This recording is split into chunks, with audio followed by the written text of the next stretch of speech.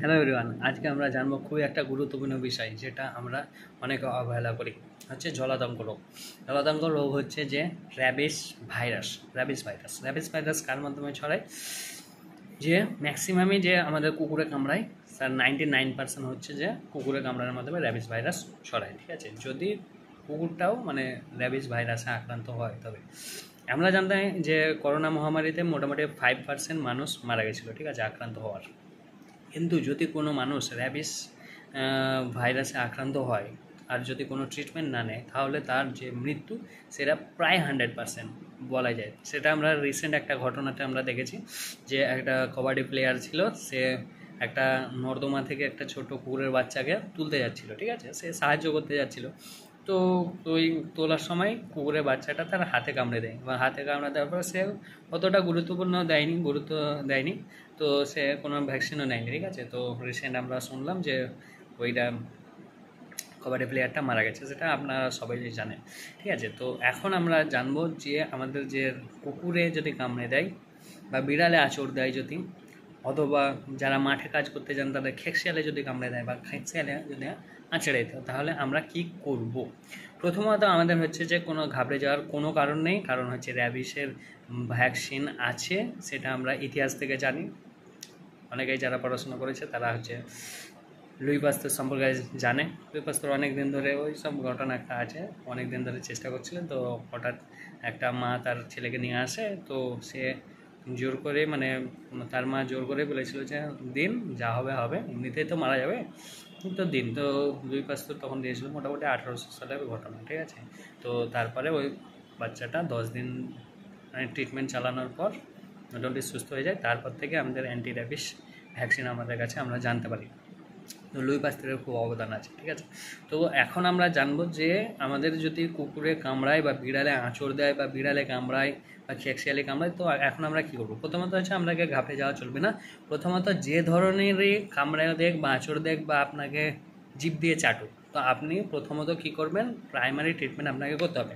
Primary treatment হচ্ছে যে আপনাকে সাবান জল আর রানিং ওয়াটার, মানে রানিং ট্যাপ ওয়াটার, মানে যে প্রবাহ চলছে সেই প্রবাহ জলে আপনাকে পরিষ্কার করতে হবে। ঠিক আছে, তো প্রথমত আমাদের সাবান আর জল নেব, 15 মিনিট ধরে আমরা সেটাকে পরিষ্কার করব। মনে রাখবেন টাইমটা, যে 10 থেকে 15 মিনিট ধরে আমরা কিন্তু পরিষ্কার করব ওই জায়গাটা। এবার আমরা তিনটে ক্যাটাগরিতে ভাগ করতে পারি যে কীভাবে অ্যান্টি র্যাবিসের ট্রিটমেন্ট নেব। ঠিক আছে, যদি আমাদের প্রথমত যদি আপনি দেখেন যে কুকুরে আপনাকে চেটে দিয়েছে, আপনার যে চামড়া আছে সেই চামড়াতে যদি চেটে দিয়েছে বা কোনো কিছু করেছে বা লালারস করেছে, তো এটা আপনি তো পরিষ্কার করলেন, তো আপনাকে সেই রকমই আপনার কোনো ভ্যাকসিন নেওয়ার কোনো দরকার নেই, যদি না আপনি খুব ভীতু না হয়ে যান। তো আর সেকেন্ড হচ্ছে যে যদি আপনার কোনো জায়গা আঁচড় থাকে বা কাটা থাকে বা কোনো কিছু থাকে বা ক্ষত থাকে, তো সেই জায়গায় যদি আপনাকে কুকুরে চেটে দেয় বা কামড়ে দেয়, তো আপনি কী করবেন? প্রথমত হচ্ছে যে আপনি তো ট্রিটমেন্ট করবেন, যে সাবান জল দিয়ে পরিষ্কার করবেন। তারপর হচ্ছে যে আপনি তৎক্ষণাৎ আপনার বেশি মানে আপনার কোনো কিছু মাথায় কাজে না লাগিয়ে আপনি তৎক্ষণাৎ আপনার নিকটবর্তী হাসপাতালে যাবেন। সে বিপিএসসি হতে পারে বা আপনার মেডিকেল কলেজ হতে পারে, যে কোনো জায়গায় আপনি যেতে পারেন। তো সেইখানে গিয়ে আপনি ভ্যাকসিন নেবেন। আপনি গিয়ে বলবেন যে আমাকে কুকুরে বা বিড়ালে বা কোনো কিছুতে কামড়ে দিয়েছে, এই রকমের ক্ষত ছিল, আমি সাবান জল দিয়ে পরিষ্কার করেছি। সেইখানে আপনাকে ডাক্তার যেটা আছেন সে হয়তো টিটেনাসের একটা ভ্যাকসিন দেবে, আর হচ্ছে যে তারপরে হচ্ছে অ্যান্টি র্যাবিস ভ্যাকসিন দেবে।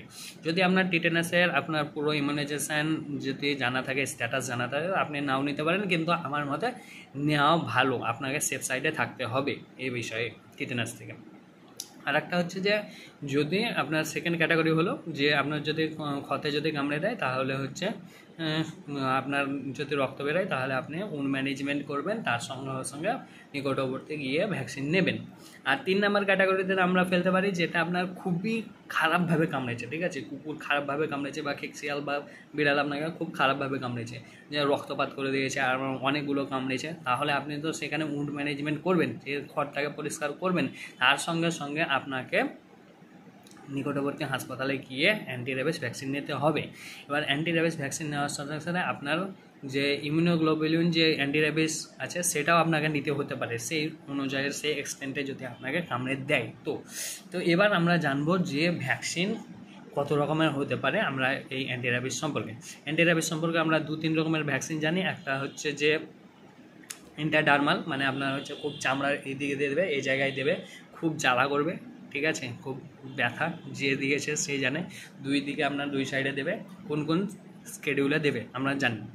তো হচ্ছে যে সেটা হচ্ছে যদি আপনার ইন্টারডার্মাল দেয়, খুবই চামড়ার ওপর দিয়ে দেয়, তাহলে আপনার হচ্ছে যে 0, 3, 7 আর হচ্ছে 28 দেবে, ঠিক আছে। তাহলে 0, 3, 7, 28, ঠিক আছে। এই আপনাকে 4 দিন আপনাকে যেতে হবে হাসপাতালে, স্যারা বলেই দেবে আপনাকে, ঠিক আছে, যে আপনাকে যে নার্স থাকবে সে আপনাকে বলে দেবে যে কোন কোন দিন আসতে হবে এরকম।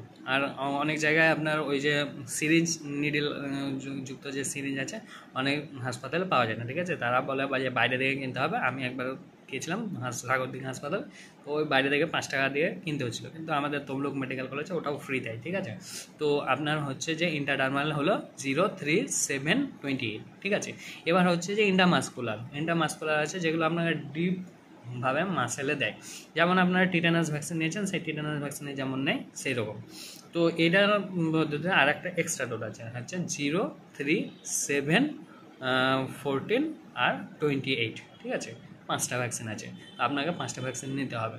আর যদি ধরেন আপনার অনেকে কী করে যে র্যাবিস ইমিউনোগ্লোবুলিন নিয়ে নেয়, ঠিক আছে, সেটা আপনার ক্ষতের ওপর নির্ভর করছে যে কত আপনাকে দেওয়া যাবে। যদি অনেকে নেয় তাহলে হচ্ছে যে ঘোড়া থেকে যেটা পাওয়া যায়, যদি ইকুইন ইমিউনোগ্লোবিন যদি নেওয়া হয় তাহলে ওই 40 ইন্টারন্যাশনাল ইউনিট পার এতে দেয়, ঠিক আছে, মোটামুটি কেজিতে দিয়ে দেয়, ঠিক আছে, পার কেজি 40/10। আর হচ্ছে যে যদি আপনার হিউম্যান ইমিউনোগ্লোবিন যদি নেন তাহলে আপনার ওই 20 ইন্টারন্যাশনাল ইউনিট পার কেজিতে দেওয়া হয়, কিন্তু এটা সচরাচর দেওয়া হয় না যদি খুবই না কত হয়। আর একটা হচ্ছে যে এ বিষয়ে একটা জিনিস বলবো যে অনেকে আমরা যে ভুল ধারণা আছে, ঠিক আছে, যে ওই জায়গাটা যদি খুবই কেটে দিয়েছে তো খুবই যদি না দরকার হয় তো আমরা ওখানে স্টিচ দেবো না, মানে হচ্ছে যে সেলাই দেবো না, সেলাই দিলে আরও ভ্যাকসিন যাওয়ার সম্ভাবনা বেশি আছে, তো আমরা ওই জায়গাটা স্টিচ দেবো না, তাড়াতাড়ি হাসপাতালে যাব।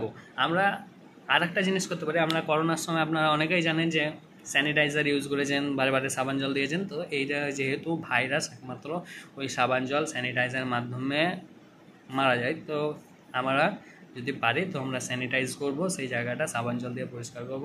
অনেকে আবার একটা ভুল ধারণা আছে যে হলুদ দেন, তারপরে হচ্ছে যে তেঁতুল, এইসব জিনিস দিয়ে থাকেন, এগুলো আমরা করব না, এগুলো থেকে অ্যাভয়েড করব। কারণ হচ্ছে যে জলাতঙ্কর যারা অনেকেই রোগীকে দেখেননি, আপনারা ইউটিউবে চেক করতে পারেন যে জলাতঙ্ক যে র্যাবিস যে ভ্যাকসিন আছে, সেই র্যাবিস ভাইরাসে যারা আক্রান্ত হয়েছে তাদের কি হয়, অনেক গলায় স্প্যাজম হয়ে যায়, মানে জল খেতে পারে না, ঠিক আছে, তার কষ্ট আপনি যদি দেখেন তো আপনার মানে খুবই কান্না পাবে, এরকম ব্যাপার। আপনার সামনে মানে রোগী মারা যাচ্ছে, আপনি কিছু করতে পারবেন না, ঠিক আছে, যদি র্যাবিস প্রপারলি ট্রিটমেন্ট না করা হয় তবে। আর রিসেন্টলি আজকে একটা খবর প্রকাশিত হয়েছে 29শে জুলাই, যে আমি আজকে দেখলাম যে একটা কোর্টে মামলা হয়েছে, মোটামুটি যে স্ট্রে ডগ মানে হচ্ছে রাস্তার কুকুরে অনেক মানুষকে কামড়েছে, মোটামুটি 37 লক্ষ, যাদের 37 লাখ মানুষ আক্রান্ত হয়েছে এই কুকুরের মাধ্যমে। তো এই কুকুরগুলোর ভ্যাকসিন সহজে দেওয়া হয় না, মানে রাস্তার কুকুরগুলোকে, তো সেই হেতু আপনারা কুকুর থেকে সাবধান, ঠিক আছে। তার জন্য আমরা কুকুর বলে কি খুব তাদেরকে আদর করব তা নয়, আর বিড়াল বলেও যে একবার বিছানায় নিয়ে আসবো তাও নয়, ঠিক আছে। কুকুরের সাথে আমাদের বন্ধুত্বপূর্ণ আচরণ আছে, সেই আমরা ইতিহাস থেকে, প্রাগৈতিহাসিক যুগ থেকে জানি যে যখন কুকুর আর মানুষ মানে শিকার করতে যেত, তো ঘন জঙ্গলে যখন মানুষ শিকার করার পর ওই শিকারটা পড়ে যেত, তখন মানুষ যদি সেই জায়গায় যেতে না পারতো সেহেতু সেখান থেকে কুকুর নিয়ে আসতো, ঠিক আছে। কিন্তু আমাদের ব্যবহার ওইখানেই করতে হবে, কুকুরকে নিয়ে বেশি আলোচনা করা যাবে না, ঠিক আছে, মানে বেশি ওর সঙ্গে ঘোরাফেরা করা যাবে না। আর হচ্ছে যে কুকুরে কামড়ালে অবশ্যই আমরা ভ্যাকসিন নেবো, আমরা মনে থাকবে। আর কুকুরের কামড়ালে যে আক্রান্ত ব্যক্তি আছে যদি প্রপার ট্রিটমেন্ট না করে সেও র্যাবিসে ভুগবে, সেও তখন যদি পরবর্তীতে কোনো মানুষকে কামড়ে দেয় তাহলেও সেও মারা যাবে, ঠিক আছে, সেও আবার যদি ট্রিটমেন্ট না নেয় সেও তখনই হবে। তো তাকে জল দিলে জলও খেতে পারবে না, ঠিক আছে, স্প্যাজম মাসেল মটকোমাসেলগুলো সব হয়ে যায়। তো ঠিক আছে, আমরা কুকুর সম্পর্কে জানলাম, এবার র্যাবিস ভ্যাকসিন সম্পর্কে জানলাম, আবার কিছু জানবো, ঠিক আছে। আপনারা ভালো থাকুন, সুস্থ থাকুন, আর কোনো কিছু হলেই ভয় পাবেন না, আপনারা তৎক্ষণাৎ মানে নিকটবর্তী হাসপাতালে যান, সরকারি হাসপাতালে যান, কোনো দরকার নেই যে কোনো প্রাইভেট চেম্বারে কোনো করতে হবে। তো আমরা সরকারি হাসপাতালে আসার চেষ্টা করবো, ঠিক আছে? Good bye.